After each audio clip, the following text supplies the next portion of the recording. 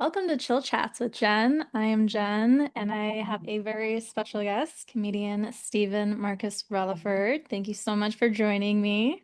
Yo, Love what your up? shirt. What Giving like the up? Toys R Us vibes. Yeah, a good friend of mine, Jordan. He's from Portland. He's not actually in Portland right now. He has this clothing company called Beach Bums. He's known for taking and like repurposing Hawaiian t-shirts and putting like Beach Bums Never Die on them. And this is like one of his t-shirts that he did as well. So shout out to Jordan, little Yeah, independent graphic t-shirt designer situation. yeah, love that. We can When was put the last him time in you've been to the something. beach? It's been a hot minute. I don't know if I could even tell you when the last time I've been to the beaches. Yeah, it's good to go. Are you near any water? Where you at? No, I'm smack dab in Colorado where it's dry and very little water. Oh my gosh. No lakes or anything? There's some lakes, but yeah, they're a little dried up at the moment, which is Gosh. sad. Yeah. Well, I don't fully take advantage of it either. Like living here in LA, I don't spend enough time around the water as I could, you know. hmm It's kind of like an afterthought to where it's like, ah, damn, I could have went to the beach today. I should have, you know, but yeah, definitely hit up the beach. Yeah, for sure. It's good for the soul. Oh yeah. It's rejuvenating. Yes, yeah. Speaking of good for the soul, you're also a fellow vegan, which Yes. Yes. shout out to the vegan. Big vegan gang. Yeah, Yeah. I've been vegan for 14 years. How about yourself? Okay. Yeah, next month it'll be 10 years. Oh, beautiful. Yeah. What made you Beautiful. want to go vegan? I think it's a couple of reasons, it's kind of layered, but I'll say definitely like I think spiritually I was just heading in that direction before I was even vegan. I kind of just had like this mentality of questioning how things are the way that they are and how we, eat the food that we eat. So I was already leaning towards that. I think I was vegetarian for about 2 to 3 years. But what I guess the main catalyst is that I got heavily involved in like protesting and like activism. And, it was just around the typical, human struggle rights, affordable healthcare, and trying to keep from banks from foreclosing on people's homes and committing fraud. And so all that, like out in the streets and getting shot with bean bags and all types of stuff, tear gas. Two incidents happened. One, after a protest, for those of us who didn't get, arrested, we were like licking our wounds and we went to go get something to eat. And we find ourselves in like a drive-through for Jack in the Box behind like five police officers who all left the protest. And I remember thinking like, man, I can't believe I'm eating like the same way that the people who are trying to put me behind bars. It's crazy. I don't want to eat like my enemies. So that was one thing that was just like kind of a kooky, funny thought. But then I was also dating somebody who was vegan and they fully never like pressured me or even tried to convince me. But when we hung out, they always had like some really good food around, So after that relationship, I kind of examined like, oh, I think there's something to this.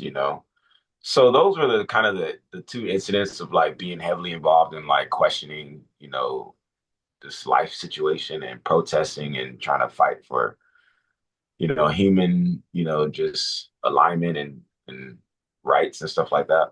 And then also like it was tough to be in that position and not want to apply any type of constructive help to like food, and how I Mhm. was sourcing my food.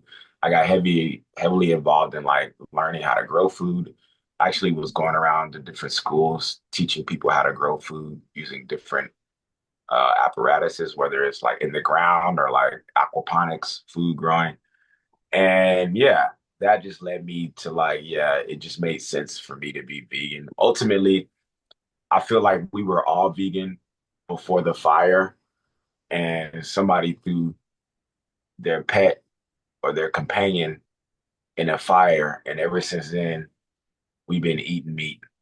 That's crazy. And it is. It's such a compassionate way to live. So, and that's awesome you're spreading it to schools. That's hats off to you.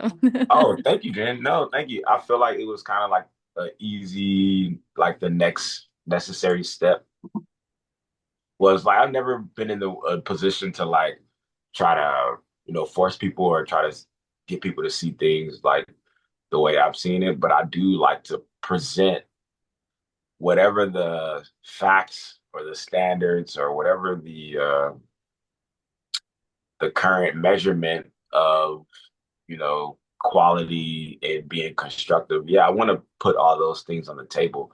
And when you start looking at like the process of how food gets onto your plate, you see there's so many hands and overlapping interests as far as pricing, as far as the growing of it, as far as the treatment of the workers, where it's coming from, how far it has to travel.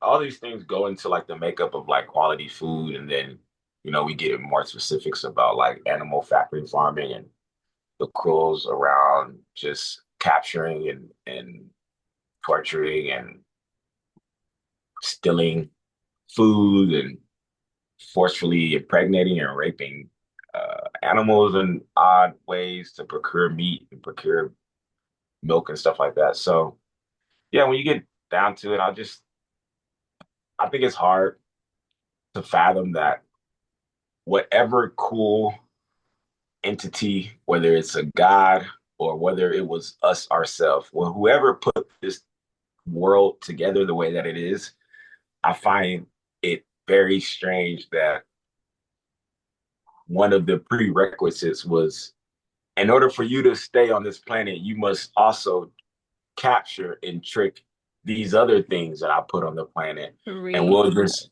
yeah, we'll just let y'all figure it out. Hmm. So I think, there was just a little bit more like other ways to like be in harmony with your environment and your world, so style. And I say that with saying like there's all different routes of this world and this life that we lead, as individuals. And ultimately, I feel like people do what's best that their spirit is calling them to do, and they'll always be led, in the right way. So yeah, I think veganism is and plant-based diets and just being more deliberate about what you eat and where your food comes from is super valuable. It's super important. Yes.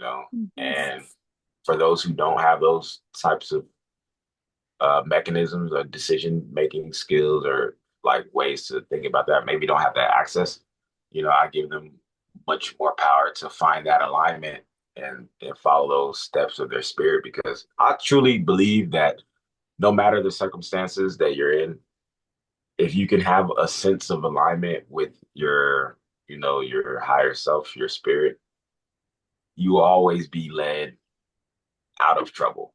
You will always be led in this in the passage of safety.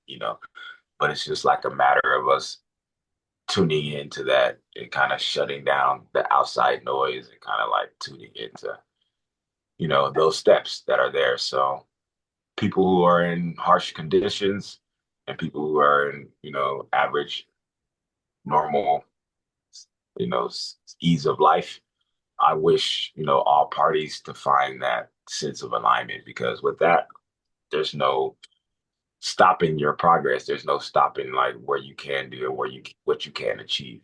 So that's the main message that I want to impart on people, even through my comedy and through my projects and my films and things that I put together. It's like ultimately with a little bit of focus and a little bit of deliberation, a little bit of passion, there's not one thing that can't be done and changed and shifted. So as people put things together, people can take things apart. So I feel like all things that are not fully serving us, there are ways to navigate to live in a more harmonious and peaceful, conduction of people. Have you ever had people like come up to you after shows or anything like, oh, after your set, I was inspired to try it, or I've gone vegan because of you? Have you had any of that? Oh, I have had people like definitely many times tell me that I've either like inspired them or kind of just planted the seed for them just to eat better, you know? So that's really cool.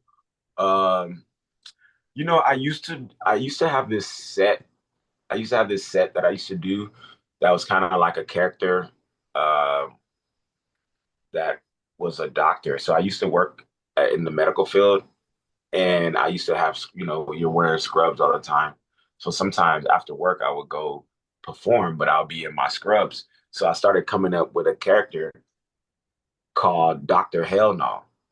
And Dr. Hell No would just be saying hell no to all the food that was not good. You know?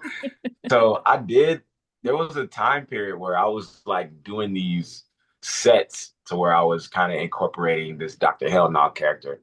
And during that time, that's probably when I got the most like, thank you so much for sharing that. It was so much fun. That it was so funny. I'm going to stop eating Blue 14. I'm going to stop eating that Red 40 stuff that you're talking about.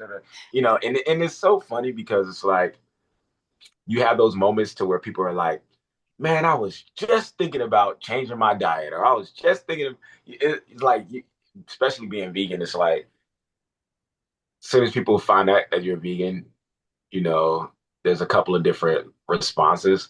But the one that I like the most, I think, is when the initial, the initial either surprise, Disappointment, surprising. disappointment, yeah. But you hear this too, like the initial, whatever that it pauses the time, it like sets the time and it puts a freeze frame on it. But you know what also usually happens? People say under their breath, like they're surprised that you're vegan, overtly. It's almost like don't make a scene in here and don't tell people that I'm vegan. But as soon as the dust settles, they're like, I haven't been eating that much lately, that much meat lately. Like I haven't. I'm starting to cut back on red meat myself right now. Like they're like, I only kind of eat fish, and they like try to fit themselves in these parameters of like, well, I am looking to be more conscious. I am looking to be more healthy about what I'm eating. So I always find it funny that people they'll initially like poke you, and then as they're pulling back, they're like, well, I'm trying to cut back myself now that I think about it. And it's like, yeah, yeah, yeah, yeah, yeah. Hmm. So yeah, it's fun. And I do want to bring that character back into the forefront. I just got to figure out like ways to make it fun. But yeah, there are times where people definitely show their appreciation and their gratitude as far as like, because I'll go even right now.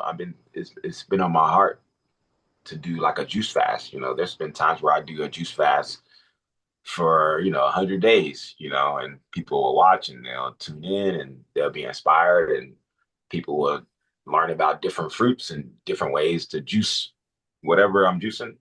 So I do like leading by example and things that feel good and where I can just present it and be like, yeah, this is just this and this is how I enjoy it, and just completely be a matter of fact about it and just leave it as that, not to like debate or not to go back and forth, but it's just like, yeah, these are the things that feel good to me. And I believe if you were to try it, if you were to give it a good try, you may feel good too. So I'm always looking to get people on board. Like, yeah, man, let's do a 3-day juice fast. Let's do a 10-day juice fast. Let's get some of your favorite fruits. Let's go to the farmer's market and get some of your favorite fruits and just bulk up on them and see how we feel after a couple of days. So, yeah, I love like being able to showcase this lifestyle around veganism, around plant-based, around just like sourcing quality food. Where I'm at in LA, it's such a mixed bag of like finding quality stuff and just low quality, low vibrational, just fast food, garbage. And then conventional fruit that's either grown, subpar, or then you have to go to like boutiques. Like there's a store across the street from me that's essentially like a boutique, small grocery store. They have some of the best exotic fruit that's shipped in from different parts of the globe. And like the store smells like the vegetables inside. I don't know if you remember when the vegetables at the grocery store used to smell like the thing that you're buying. Like people don't Mhm. even know tomato used to have a smell. Tomato had a scent. Now you pick up a tomato, yeah, it doesn't smell like anything. It might just be like it's just a neutralized vegetable, So I find it always interesting to be like, man, you want to eat good, then you want to eat like quality food. So, it's always that conversation back and forth as far as like, is veganism expensive? Is food expensive? Man, I'm looking forward to the days where I don't have to look at the price tag of anything, know. But the mangoes right here are like $5 a mango right now, and they are the ripest, the sweetest, the most amazing mangoes that I have, other than the ones that I'm able to get at like the farmer's market when the grower is growing them specifically, for the market. So, man, I'm always in this like interesting back and forth. Like, man, can you source good quality food at a reasonable rate? Yes, but it's more challenging. And if you don't want to go through the hoops, pray to God you got a couple of zeros in your bank account because I make one or two stops at one of these stores and like you got four items, $60. You're like, God, yeah, I didn't even get a full pound of grapes. I didn't even get a full pound. I tried to take them off the vine just to make sure it was cheaper than it was. So it's like little stuff like that. Now I learned a trick. If you're in a grocery store, now I just eat the grapes down to grams. I don't know. Usually you paying for your grapes and by the pound, but I just eat all the grapes in the store and I just weigh the vine. And I weigh the vine and then I'm out of there. It counts. It counts. It counts. I actually got to find a new grocery store because the lady keeps hating on me. Maria, she keeps hating on me at the self checkout because I know I'm not the only one, but I keep Mhm. ringing up my organic fruit as conventional, and here come Maria. Here come Maria. She right over my shoulder. She right over my shoulder. Oh, excuse me, sir. Those are organic fruit. I know, Maria. Leave me alone. Okay, I'm trying to save my $2. Okay, she coming over here putting in the code, changing the code around. I'm like, I gotta find another grocery store to go to because Come on, Maria, help us y'all out. keep messing with me. Yeah, help me out. That's funny. Is there a town or city that you find more vegan friendly or that you like going to just for the veganism? Uh, that's a good question. Um, hmm. I mean, LA is pretty vegan friendly. San Diego is also pretty vegan friendly. Um, Vegas is nice. Portland, hella vegan options Mm. in Portland. Um, Seattle was cool. I like Portland a lot because it feels like it's a nice hub of vegan food, and I feel like oddly there's like a vegan acceptance in Portland that's slightly different than like in other places.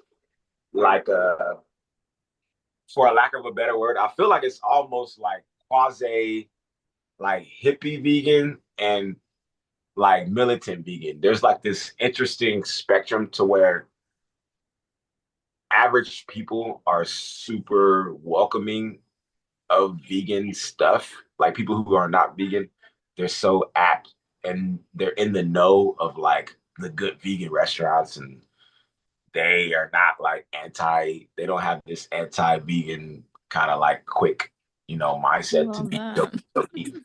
So I think Portland is one of my favorite spots to to get food, vegan food. But ultimately, I like going into like the podunk random towns, the mom and pop towns that probably only have one vegan restaurant and that you pray to God that is good, because there's nothing else in the area to eat. So sometimes when I travel, I find that interesting too, because I'm able to come across like a mom and pop spot that probably most people really don't know about or go to. And I find that interesting. I'm always like, oh, I wonder what food I can get into in Wenatchee, Washington. It's like nothing going on in Wenatchee. Just like a podunk, kind of like a lake town situation. So it's like, what the hell are you gonna do in Wenatchee, and what type of food are they serving in here? Hmm. Um, I find that fun. Um, yeah, every town is kind of different as far as like the makeup and the food access. But I find like the more obscure, the more random, the more that I enjoy it. Because I've been vegan for so long, to be honest, avocado and some celery and like some chips or something, I can suffice myself for a couple of days. I'm like on one level I can be really gourmet, and then the other level I'm just like, yeah, man, give me an onion, I'll roast it. I'm Right. like I'm really simple eating.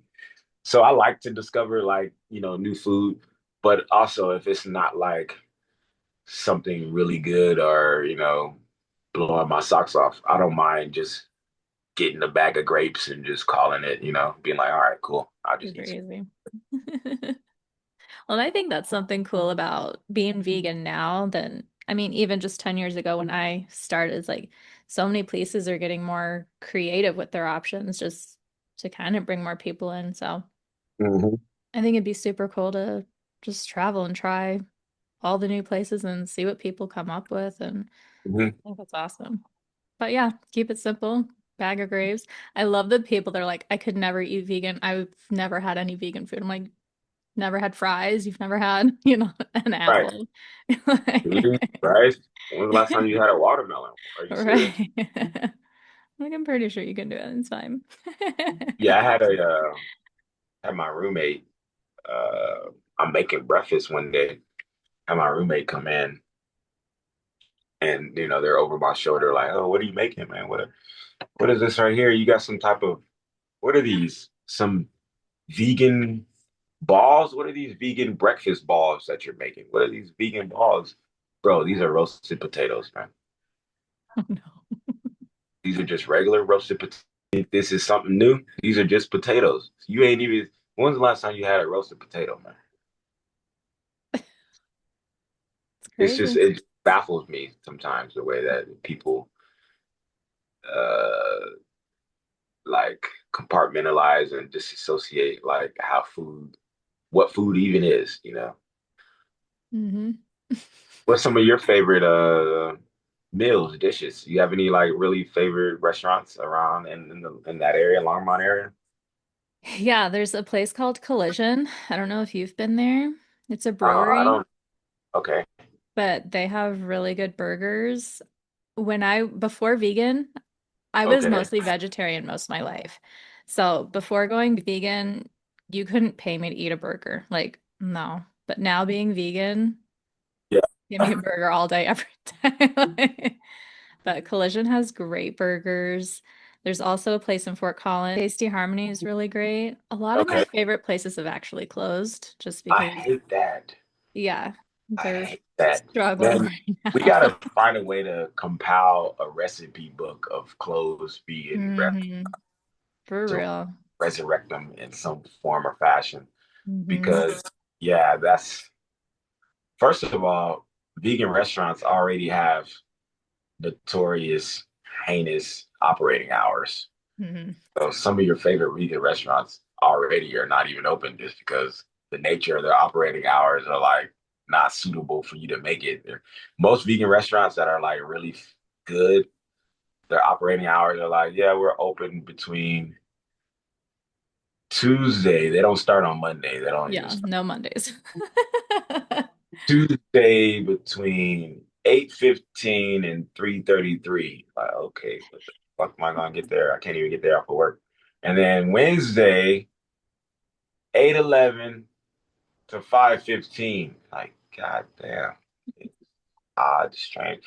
Thursday, we're closed again. Damn it. You guys are closed again on Thursday. Friday, come in for our happy hour at Mushroom. We're open from 3:11 to 5:55. Like, And we're closed for lunch. Like, yeah, we're closed for lunch too. It's like, God damn. All the operating hours are angel numbers. I gotta show up right. with an almanac. Yeah, it's crazy. Yeah. And then Colorado Springs, I think you'll be there. Burrowing Owl. Have you had that? No. That's really good. Highly recommend. I was just there this past weekend and What type of food is over there? it's kind of like fancy pub food. Okay. And then after I think 9 o'clock, they have a nacho bar if you're into Ooh, nachos. I am into nachos. Yeah. It's so good. I'll send you all the links when Please. you're here. Yeah, for sure. But yeah, so many good food. And now even more places. Like you could just go to like a random cafe or coffee shop and now they're coming out with great vegan options that are Yeah. fantastic. Yeah. I'm Therefore, seeing that. What's some of your favorite stuff to cook? I'm a terrible cook. Oh my gosh, Jen. Oh my But I gosh. make a great Make the chicken Alfredo. That is, if you're a garlic person, I load it up with garlic. If you don't like garlic, you would hate my cooking. But yeah, I love making like I got Italian in me, so I'm all about the pastas and Pasta, yeah, the pizzas. the I garlic love a good pasta. bread. I love a good pasta. That's good. I think Mhm. my favorite recently, the past year, has been like making fried mushrooms, Mhm. breaded fried mushrooms. Oh my gosh, oyster mushrooms, pink oyster mushrooms, blue mushrooms. Yeah, from portobello to lion's mane. Oh my gosh, I've been mushroom up lately. The past maybe 2 years now. So are you a sauce person or no sauce? Oh, yes. I feel like I'm about to have I think my next, so I have a recipe book. It's just Mm. juices and soups, but I Yes. feel like my next recipe book is just going to be all sauces, just Mhm. great sauce, because I feel like that's was one of the initial steps to push me forward into like vegan eating was quality sauces. Hmm. You need quality sauces and Can't beat a dips. good sauce. You need a good dippage. Dippage helps the meal. So you most people are like, oh, I don't know if I can go vegan. I don't know. You ain't had no good sauce, man. Hmm.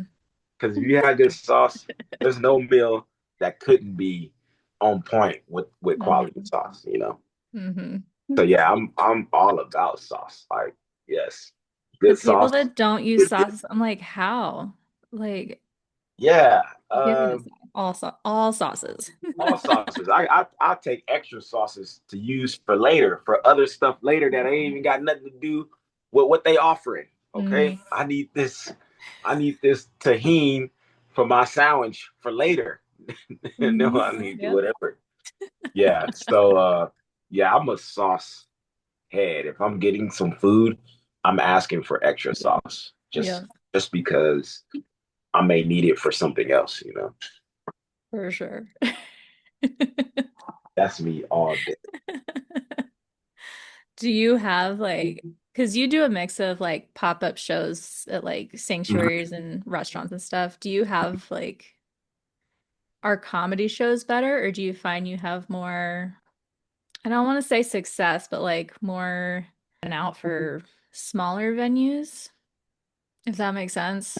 Well, I think for me, it's more profitable and more fun to set up like the intimate DIY random shows at sanctuaries and restaurants. Right now, it's more fun that way because I get to control the atmosphere, They let me keep the door, which is a perk, as far as ticket sales. And I can do as much time as I want to do. Mm. Now, clubs are different because there's just like these different nuances. Now, if you're like, Nate Bargatze or like, Tom Segura, Dave Chappelle, when you can kind of just like pick and choose any people who are kind of like, their social media is well above to like what makes doing shows the way that I'm doing it, which they call like fourth walling, when you essentially like put on a pop-up show at a random obscure place. You're kind of just bringing the equipment and you're setting it up, and so that tends to be more fun for me. This time I get to perform, also bringing friends. I get to control, the food situation. Yes, we're gonna have vegan food. Do we want to prepare the food ourselves, or do we want to get like a local chef? Do we want to get a local restaurant? Do we want to get a small, mom and pop, I love that. food truck? All those options are available. And then, yeah, we execute the show. I'll bring 3 to 4 friends. I'll get like a local comic in the scene, maybe a local musician, and yeah, we'll put together a unique experience, and it just allows for the comedy show to be a little bit more elevated, like because it goes from just being like a show to more like a party and an experience, with laughter. Yeah. So that's unique. Comedy club isn't that same experience. Now, if you have like a unique approach, you can always make something special, but the comedy club, they're typically they have the attitude of like, as long as you can sell tickets and get people in here, we don't care who you are. And to be honest, we're really not going to look at you until you can sell tickets. So what I found is that it's just much more enjoyable for me to put on shows at a sanctuary or a restaurant, or like I did a show in Portland at a real estate office. We got 100 people at a real estate office, and it was one of my best shows that I did. The layout was phenomenal. They had a big window that overviewed the lake, and I'm performing like right in front of the window. It was an amazing experience. Like I couldn't have had that experience at a club in the same way. Yeah. Okay. Um, the only thing that I feel like there's, like I said, there's pros and cons. Like comedy clubs, they're not fully that adamant to help you push a show. They're not like comedy clubs are not in the business of cultivating talent. So they're not going to be like, Jen, we heard that you're really funny. We're going to take a chance on you. Come do 20 minutes. It doesn't work like that. So because they're not really in the business of like supporting you and putting you up on stage, what you have to do is kind of like find ways to do that for yourself. Because like what I notice is that, let's say if I want to do a show at the Fort Collins, what's that comedy club in Fort Collins? It's like a comedy fort or comedy. There's like a pretty good comedy club in Fort Yeah, there's a Collins. good, yeah, I have no idea. Yeah. So it's like if I were to call them, even if they were to put me on a show, they're like, okay, we'll let you do a show. What happens is that, say we're a week out from the show and they're like, oh, we only got 20 tickets sold, we're gonna have to cancel the show. Mm. And it's on me to like galvanize my fan base or galvanize the people in that area to have them come see me. And they're less likely to like promote and push and be like, hey, come check out this guy coming in from LA. He's funny guy, he's not that popular, but we guarantee that you're gonna have a good time. They don't really have that mindset. But if I were to call the restaurant across the street from the comedy club, I guarantee you they'll be way more gun ho and excited to get people in that space. So what I've noticed is like small businesses, whether it's a thrift store, a gym, or a restaurant, they're way more like, yeah, we would love to help you get people in here, because they're thinking, well, cool, we're gonna have an influx of 30 to 50 people. Mhm. That's a good sign, because people are going to eat, they're going to drink, they're going to enjoy the space, they're going to talk about the space and how much they enjoyed it. They're going to come back later. So that's kind of what I've noticed is just like I want to work with spaces right now because I'm in such a punk rock, like individual DIY phase still of my comedy. Right now, it's just more fun to work with places that want to see me win, versus like a club maybe taking a chance, but they're kind of just like, well, we'll see what you can do. They're not fully like invested, but they're like, we'll give you an opportunity to see what you can do.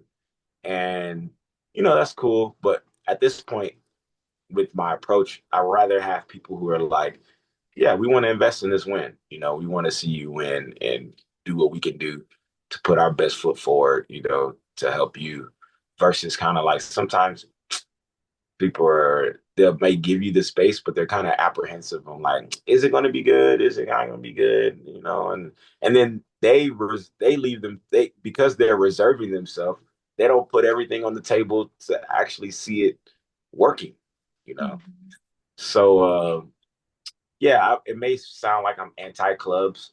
I'm not, Well, but it just gives you a whole new freedom, yeah, and it gives me that's a really different cool. sense of freedom. And what's also cool is that I get to come, like when I do come to Colorado, what's going to happen is I'm going to set up my own 3 to 4 shows. And then what's going to happen is I'm going to get offers to do 2 to 3 clubs in that time period. And for me, financially, that's kind of better right now because most clubs are only going to pay anywhere from like maybe $100 to maybe 300-500 bucks, depending on your set. And even that is a range that's questionable because most clubs are probably going to pay you maybe $100, maybe $50, for a set. So why risk going across the country for $100 here, $50 here, $30 here, when I can set up my own shows, have a little bit more guarantee of how much money I'm going to make. And then if I want to, I can still do those club spots later. So I'm just in the mindset of like, yeah, let me set up my own thing. And then whatever other things that I can get on top of that, that's cool. Hmm. I love that. I would have never thought of that, but that's a good way to think about it. And you're bringing business to, I Yeah. mean, even the place that you're coming to in Longmont, I didn't know that place existed until I saw you posting about it. I'm like, oh, and so Yeah. I did. So Yeah. yeah, that was the thing. That was my experience last time when I went there was that we set up this show at Good Life and we got, I believe, 80, maybe 80, close to like 100 people out to the sanctuary. And that was one of the things that I heard the most was I didn't even know this place existed. I Hmm. wanting to come, see your comedy. And people drove like 2 hours. Some people drove 2 hours just to come to Longmont. And that really took me back a little bit to be like, man, I can't believe people really kind of come to see little old me. So that was really fun to experience that.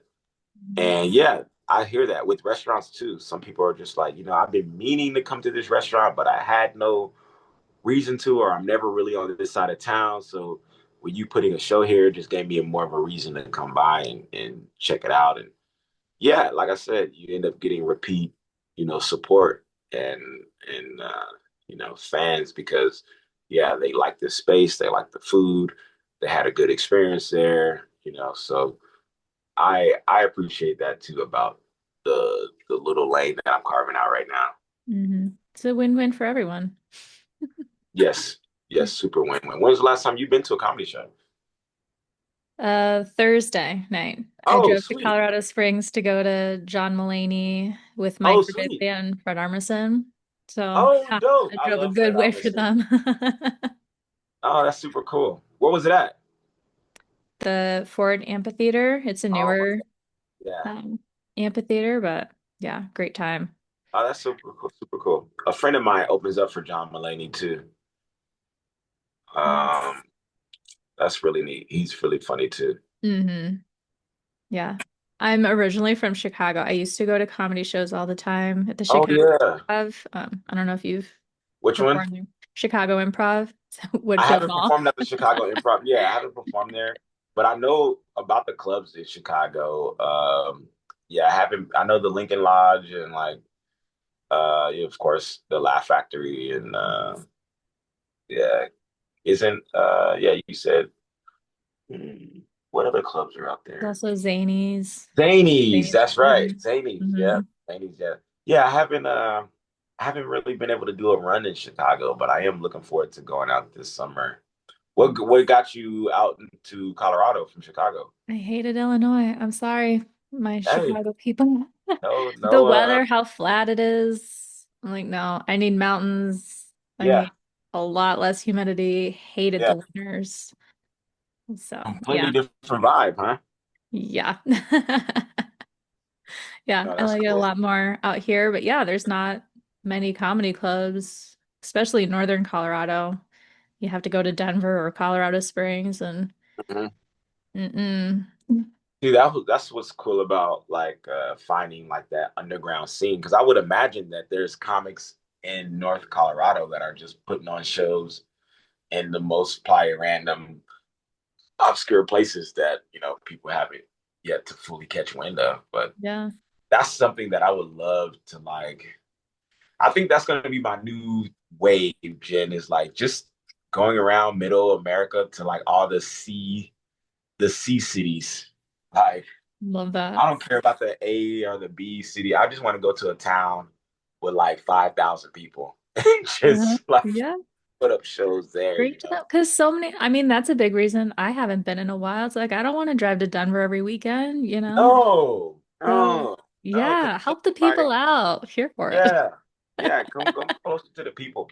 You don't want to do that because that's the whole thing. You might as well like you gotta get, especially if you stay out, if you're drinking, it's like driving back home that night and all that.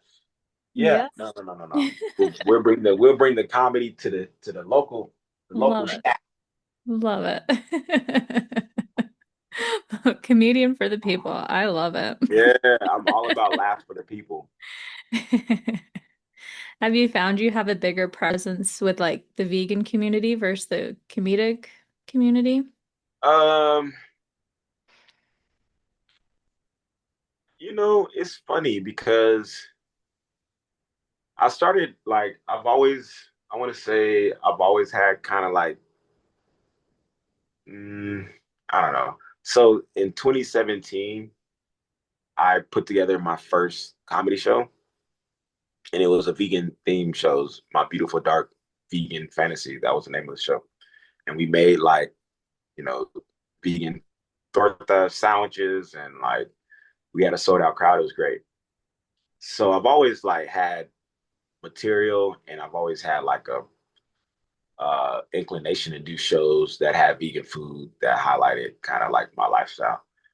And I want to say for like maybe the past couple of years, I have been incorporating like more vegan material. And at this time, I'm doing like vegan events. There's different vegan efforts, vegan groups, whether it's like, focused on, animal, cruelty and animal justice, or whether it's just focused on like quality food and food access and like, preparing vegan stuff. I would do shows and host for like, random Halloween things and Christmas and like there was an elephant, sanctuary that put on a show a couple of months ago and I did comedy at that. So I've always kind of been in that space. But I want to say recently, the past year, I've been more deliberate about doing specific like shows at sanctuaries and restaurants. So it's so funny because my comedy audience was starting to form and like knowing me for my comedy and like my peers were knowing me for like my jokes that I was doing. But now that I've like put myself more deliberately in like this niche or this box, now everyone's just calling me the vegan community, the vegan comic. And now everyone's just like, oh, he's the he's the comedian. I'm like, I was just the comedian that's vegan. I've been the I've been vegan, but now I have this moniker of like the vegan comedian. So I do feel like it definitely broadens my base a little bit, specifically around like people who are vegan. And yeah, at first I think I was kind of like on the fence about it because I didn't want to feel like I was in a box about like, oh, it's like I was already funny. I was just being funny about. And the thing that kind of pushed me into wanting to be more deliberate about like the vegan plant-based niche like comedy was because the jokes were working at non-vegan spots. Like I was doing these jokes at the Comedy Store and the Laugh Factory and the Improv, and I seen how they was working there, and I was like, man, if these jokes work with regular people, which I would expect them to, they weren't ostracizing anybody. I was just talking about myself, So it wasn't like if you were eating meat, I was trying to make you feel bad or anything like that. But I was poking fun. And I realized, oh shit, if average regular people are in this space and they want to hear more about this or they enjoy this type of humor, I think I could also be more specific and just kind of buckle down on that niche to where it's like, well, how about we just bring out all the vegans, and we just make it a whole vegan thing. And yeah, now I feel like I'm playing on two different sides. I feel like one day, like one moment, I'm like Clark Kent, and then others, I'm like Superman. I'm like Bruce Wayne by day, and I'm like Batman, the vegan. It's just weird because I also feel like, and this is not even true. This is just my own mental gymnastics. But I also feel like because I am going off on this like moniker of being a comedian. I also feel like I can't be as dirty as I want to be because I feel like people are coming for like the vegan, like they assume that it's gonna be like a clean and polished and like really like highbrow comedy. And I'm like, man, I want to do the dirty material too. I don't want to just do, but that's just Stone, it me. is what it is. You're getting Yeah, what it you're is what it is. getting. Like vegans are everywhere. Vegans can be clean. We can be dirty. We can talk Uh-huh. about traffic. We can talk about sex and all this other stuff too. So that's my own like little hiccup that I put on myself. But no, I super enjoy it. I think it does broaden my my base, but it also puts me like it makes it specific to where you can find me on the shelf. But I don't know if it like I guess it just depends on everybody's taste because yeah, on one level I feel like okay, I'm on this part of the shelf, but am I at the end or the beginning? It doesn't even matter. It's just like where people are at and when they find you and how they find you, how they come across you. Because yeah, I have material and jokes about everything. I'm actually working on a one man show right now. That's the whole theme is pain. I just want to talk about like how pain is such a interesting relationship that we have of like capital pain, chronic pain, and just like surface level lowercase pain. And yeah, I want to do it. I don't even know if it's fully going to be funny, but I just have this idea of like, man, I really want to talk about like how pain takes it like robs you from your moments in a way, because like pain could be Deep. such a yeah, it's such a prominent pain is like an evil friend. It Mhm. will like it robs you, but it's also the friend that knows you the best because it's like it's always with you. So it's like it's kind of like having a second head when you have chronic pain. And you don't want nobody to look at the second head. Look at my regular head. And your second head is like, man, I'm a second head. Look at this. Look at this shit. And it's just like such an interesting relationship between like, coming out of something and becoming the person that you want to be. And we all experience pain in various forms, whether it's like a death of a family member or, physical or mental, emotional. So yeah, I'm looking to do a whole like comedy dissertation like around pain. I'm trying to figure that out now. Mhm. That's great because I mean it's so relatable. Like everyone can relate to that, and if you can poke fun at it and laugh at it, Yeah, that's laughter is medicine, laughter is medicine. Laughter is medicine. Yeah, so I'm looking to do that like relatively soon. I kind of just been on my heart to do it. I'm like, yeah, I feel like now is the time to just go ahead and get it out, and do it. Hmm. I love that. Yeah. Power to Yeah, you. I'm sure you will see. I'm sure about time I'm out there, I would have. I'm pretty sure I'll probably have it done by then. So you will get to witness whatever I come up with, and I'll have some of it there for the Yes. show. So doing what you do. So like if you have a night where it's like, because you always have to be on and have that energy for shows. If you don't Mhm. have that, like how do you power through and put on that happy face and get through it? Yeah.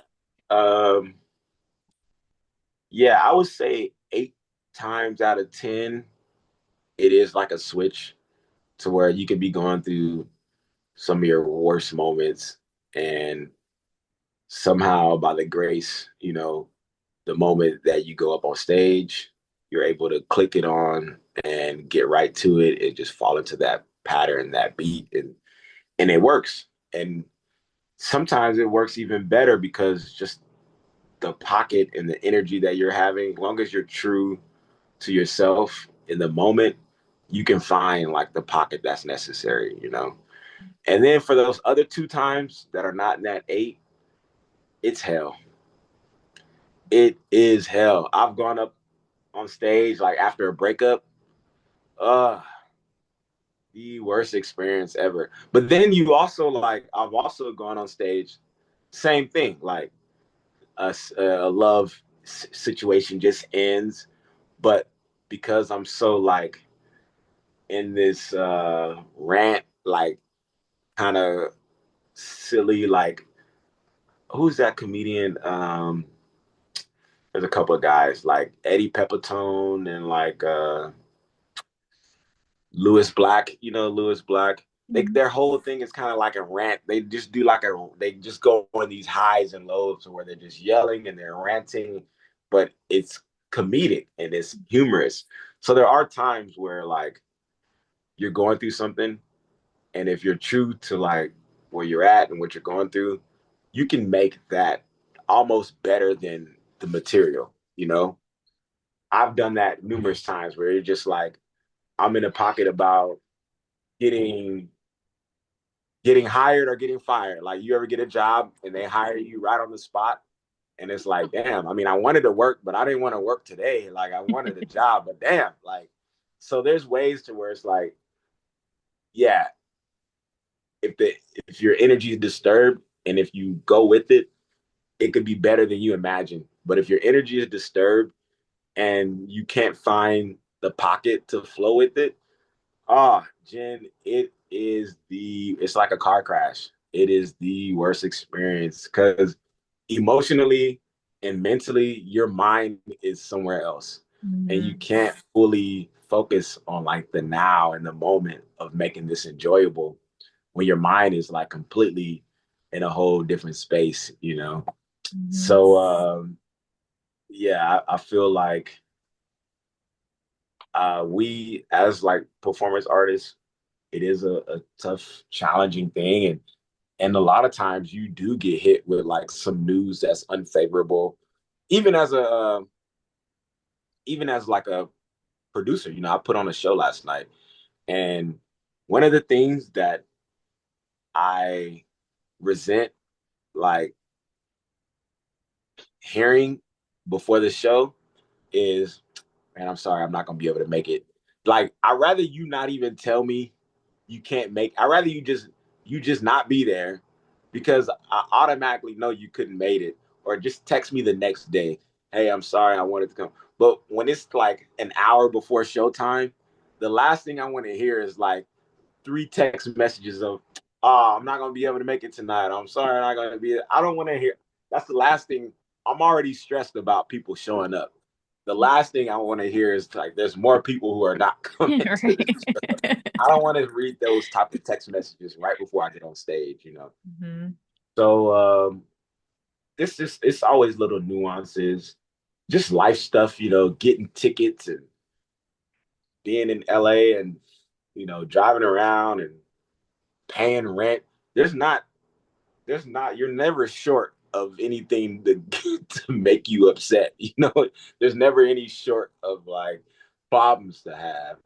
But when it comes to like getting up on stage, yeah, man, if there's a way for you to encapsulate, the moment and yourself in a comedic fashion, there's almost like nothing better than that. It's like this is the bee's knees. to be able to find a pocket where everybody is resonating and they're on board and they have experiences that speak to this, or they have an interest or passion that aligns with what I'm talking about. Oh, it's nothing better. It's like a symphony, you know. It's like a fun play, like a recess, musical. So I love it. Actually, the risk of it going either way is part of the attraction that pulls you to even want to do it. Like, all right, which way is it gonna go? Is it gonna go Right. this way? Is it gonna go like that's part of the excitement of even being like, this is kind of why I even do it, you know, on a large scale, is like for that energy. But yeah, there's all types of little scenarios or things that possibly knock you off your square a little bit that you still have to perform. And it's tough because you don't really have like, you know, it's not like you're working at the offices of Gen Comedy. So it's like, oh, Jen is calling in. We're gonna send in another Jen. We're gonna send in Jen to cover It's for all her you. comedy. Yeah, it's all you. There's no one to cover. There's no second. There's no sick days. There's, you know. So yeah, I just look to be in like the best space that I can be. You know, I have my own little rituals and stuff. You know, an hour before the show, I tend to like walk around. I want to listen to like maybe an old set of mine, you know, get some fruit, get some good fruit, get some cold pressed juice, anything to kind of clear my mind, you know, listen to some good music. And yeah, I just want to be in that elevated, alleviated kind of space to where I can be receptive. That's the goal. Because when it comes to performance art, I feel like every space has a pocket, but it's on the artist to find that pocket. And it's equivalent to like, you know, robbing a bank. Not that I have experience robbing a bank, but it's equivalent to like, you know, you have your gear and you have your idea of what the safe, what type of safe it is. You know, you have your little stethoscope and you're trying to, but every safe is different. So I feel like it's the same with different rooms. Every safe is different, every pocket is different, but it's on your job as an artist to find that pocket, because once you find the pocket, there's no type of material that you can't do. Like once you have the pocket and you have the audience on your side, you can take them on any roller coaster ride that you want to take them on, you know. I just feel like the goal first is to get into that pocket. Once you have that pocket, you're If unstoppable. you can't find that pocket and you're bombing, I guess, how do you recover from that? You be either you point to the obvious, which is like, damn, I'm bombing. This shit sucks. You point to the obvious and you That'd give try me so to, much anxiety. yeah, you kind of like you want to alleviate the air, like you want to kind of, it's the elephant in the room. I Hmm. feel like that's like the main part of comedy and performance art is like whatever the elephant is in the room, has it been addressed, and has it been addressed in a way that's comedic? Because performance art is kind of oddly like a loose potluck. Like everybody who's here contributed in some form or fashion. That's what makes live comedy so much fun, because it's like being here makes you part of this soup of entertainment. So I think when you're bombing, everyone knows that you're bombing. So are you gonna be like in the know of it? Like, do you know you're bombing? Because that's the thing. Like, self awareness makes comedy. The how you play your awareness makes comedy funny. So it's like, are you in on what we are aware of? Are you not in on what we're aware of? And can you let us know where you at? Because it looks like you're being ignorant that we're aware that you're all bombing right now. So I have I think seen like some openers do that, and I'm just like, it's time to just walk off. Just go. it's time to get off, wrap it up, wrap it up. Yeah. So that happens. And sometimes I play it either way. Sometimes I see the elephant and it's like in the back, like, "Arr!" It's making noise and shit. And I'm like, nope, let me just keep going with my. So it's I'm like almost there. I'm almost there. Just give me I'm a almost there. I'm gonna get there. It's gonna be funny. Trust me, it's gonna be funny. second. So I think there's just Well, different ways to play it, but ultimately, I think you have the two options. Like one, you make it apparent that you know, and you bring your awareness to it because ultimately, that helps relieve the tension. It's like, okay, we all know that this sucks right now. Okay, cool. Now we're all good. We can move on to the next thing. And then the second thing also is master class. It's like literally just make a left turn. Sometimes it's okay to bail out of material that's not working, and to your question, to be honest, for me, and I've heard other, you know, people who even more successful than me, material is kind of like your crutch. Like your material, you only really lean into your material when things aren't working. Like when you're in the pocket, you're like kind of in this flow state.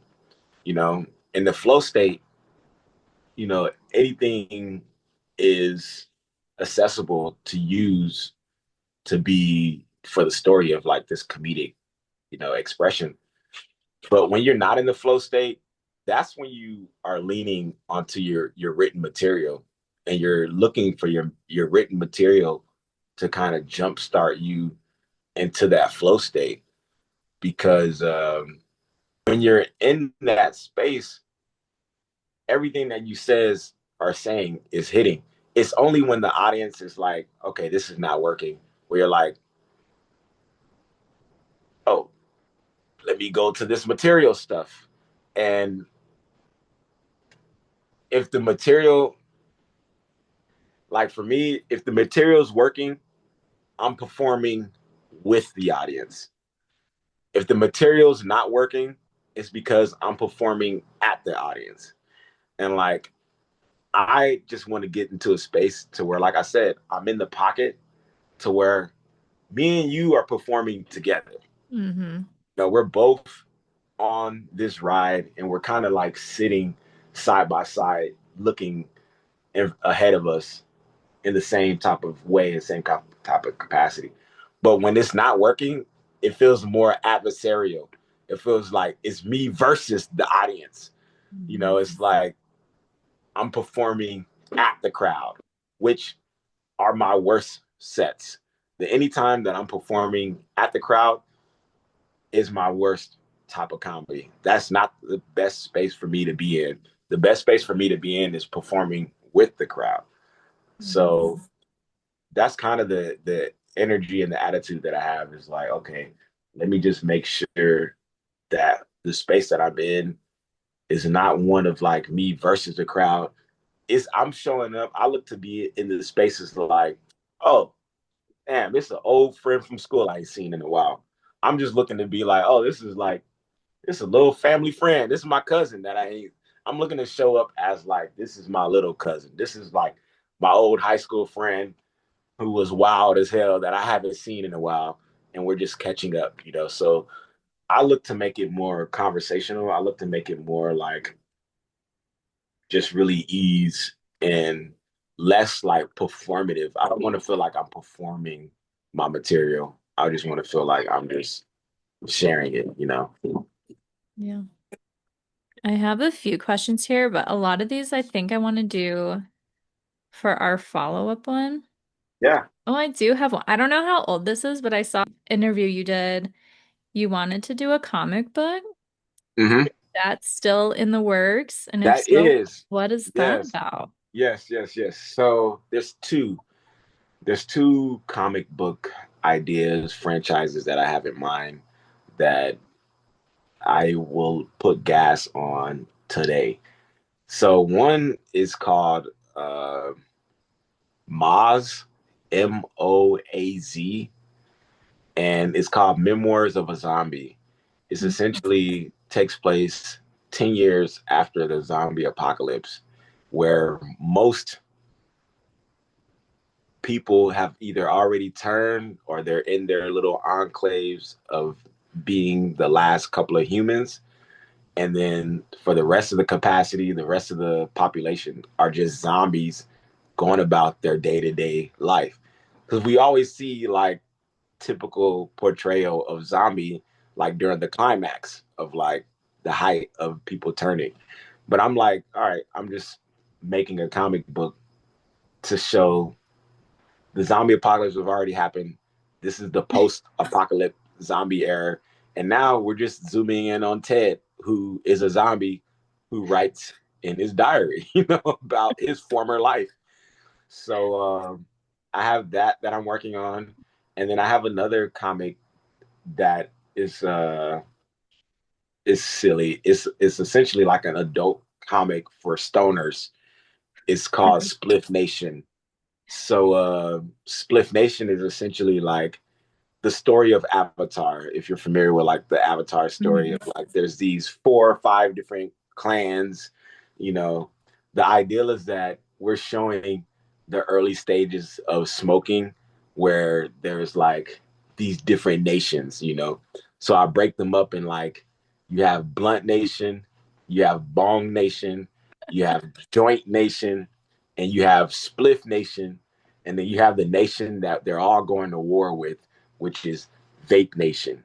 They're the newest nation on the smoking nation, and Vape Nation is destroying the harmony between all the other nations. Love that. So I'm making this a comedic like storyline that just expresses like, hey, we need to all get back on track and like have some sense of harmony between each other. But yeah, it's just those are some silly comic book ideas that I have.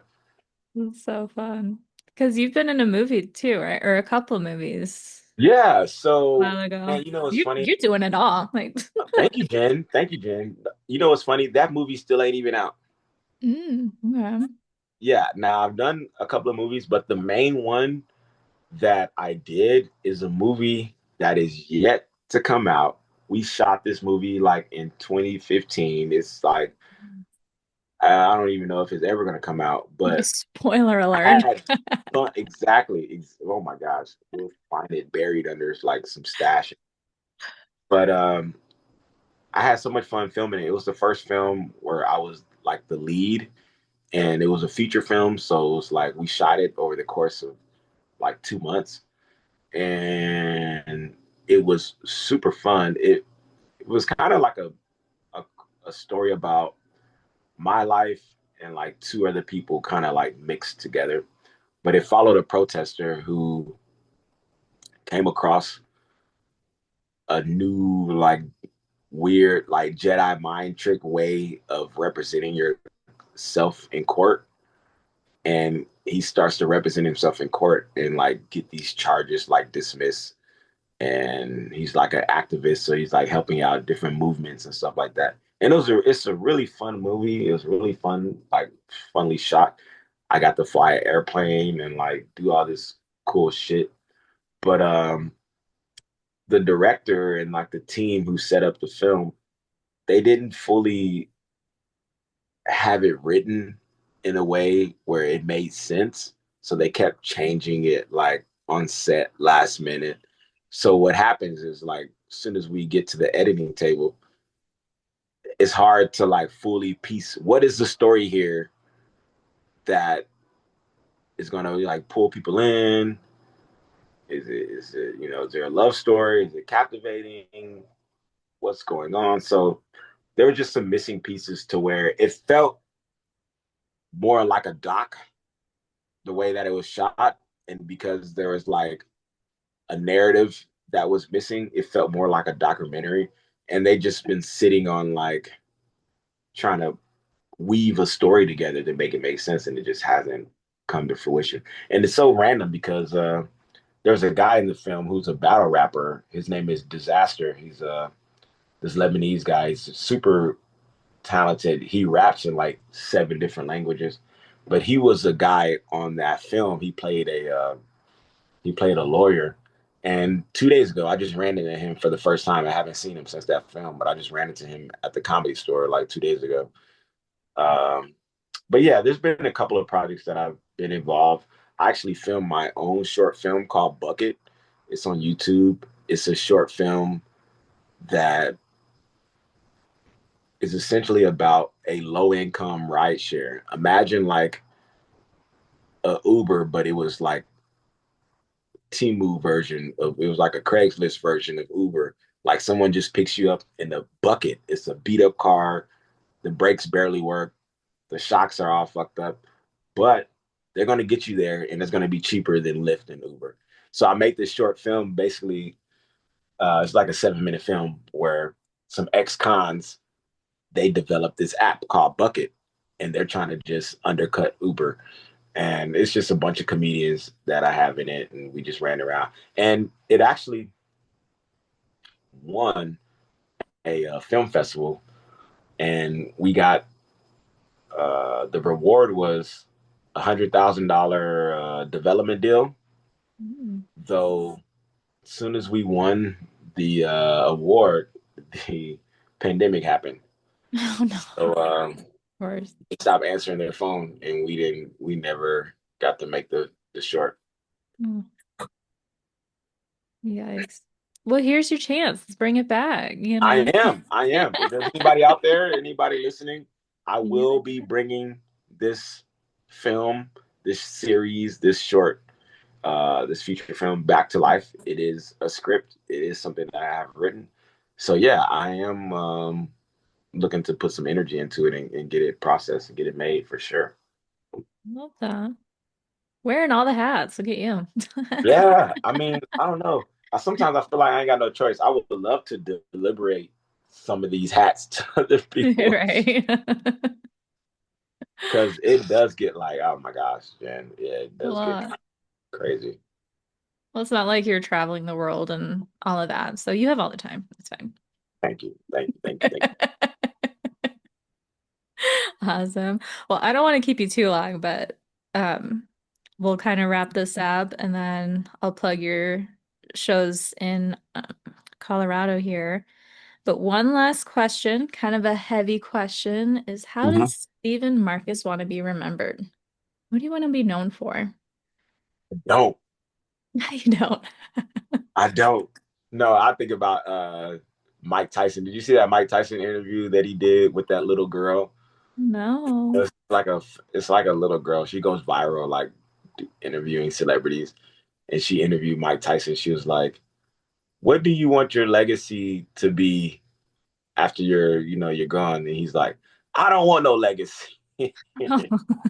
Well, there you have it. I don't want no legacy, man. Give me my flowers right now. But you know, I would just like to have a creative impact on the spaces that I go into, whether it's comedy or whether comedy leads into like food or film or anything. I feel like I just want my efforts and my contribution to be regarded as such. Nothing more, nothing less, really. Like I'm just looking to put my best foot forward, and those who enjoy it and uplift it, I'm appreciative of that. Other than that, there's no real like major expectation that I'm looking for like the public or society to hold other than damn, Stephen Marcus, that shit was pretty good. If it's that, if it's not that, damn, that shit sucks. Stephen sucks. But I think I just want my efforts to be not like I don't want to say noticed, but I want my efforts to I guess for myself to feel like I'm set out like anything on my heart as far as to accomplish and achieve. I just wanted to be received in the way that I received it. I just wanted to be also received into other people's minds and hearts in the way that it was received to me. And that's more than enough. Like nothing more, nothing less as far as what people do with it. But if I have something to share that's on my heart, that is to share with other people in any form of like expression. I just look for those who are meant to receive it, you know. And with that, I feel like impact will be made in what where it goes, you know, is just on the next person to carry as far as like encouragement, motivation, constructive, you know, help. Any ways that I could inspire or cultivate that type of energy of forward progress, being deliberate, being focused. Yeah, those are all wins for me. Any ways that I can speak on a subject and bring light to it, that's impactful to me. You know, if I'm able to bring light to a situation that is tough or that is taboo or that has yet to find new ways to express itself, yeah, that would be super impactful for me to be able to help people navigate various challenging life issues or various just problems that people facing. Yeah, if I can put some constructive comedic uh, roadway and layout and like stories for people, I think okay, I'll end it right there. My impact is looking to cultivate healthy stories for people to carry, you know. So I feel like that's ultimately the common denominator of like where we make our decisions is like based off of the story that we tell ourselves and like where we live in our mind and our heart. Like where do we live? What's our neighborhood? Like do you live in a space where the story that you tell yourself is conducive to the person that you're looking to be?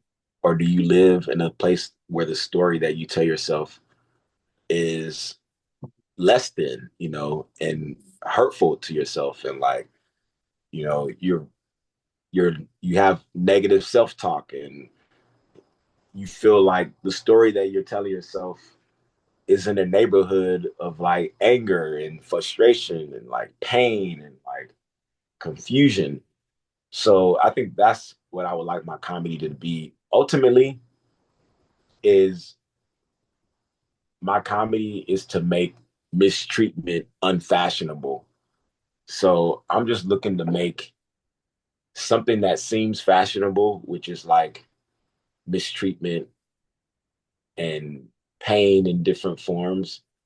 I'm just looking to be so funny to where I can make mistreatment easily recognizable, therefore making it unfashionable where people don't want to actively participate in that way, you know.